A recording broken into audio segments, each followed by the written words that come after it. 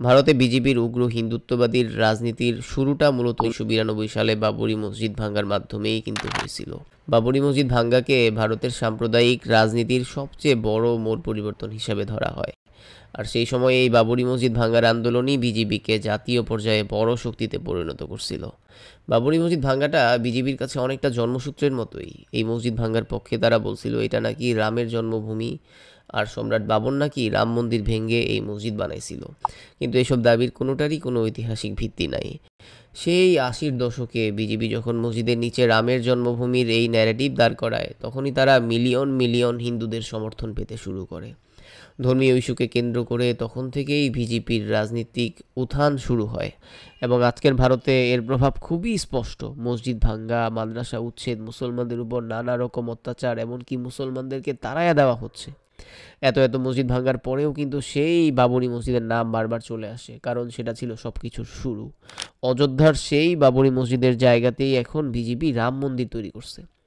বাবরি মসজিদের সেই জমিতে মসজিদ হবে নাকি মন্দির হবে, এই প্রশ্নটা নিয়ে ভারতের আদালতে বহু বছর মামলা চলছে, কিন্তু সরকার শেষ পর্যন্ত রাম মন্দির নির্মাণের ঘোষণা দেয়।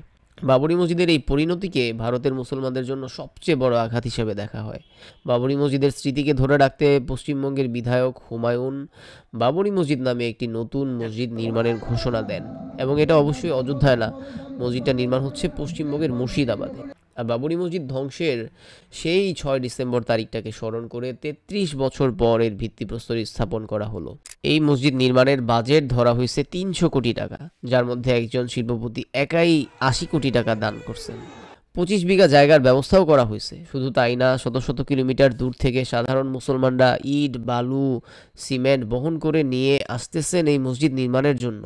কারো মাথায় একটা, কারো মাথায় দুইটা, কারো মাথায় 3টা ইট। চোখে পানি আসার মতো দৃশ্য। কিন্তু বিজেপি এই মসজিদ নির্মাণকে ভোট ব্যাংক রাজনীতি হিসাবে ব্যাখ্যা করে যাচ্ছে।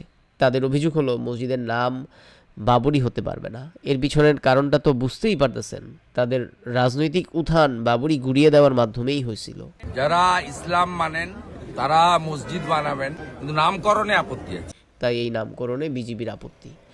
এই মসজিদ নির্মাণের জন্য ভারতের মুসলমানদের মধ্যে যে ঐক্য তৈরি হয়েছে, সেটাই মূলত বিজেপির জন্য সবচেয়ে বেশি অস্বস্তিকর। কারণ বিজেপি মূলত মুসলমানদেরকে ভয় পায়, মুসলমানদের উত্থান ভয় পায়।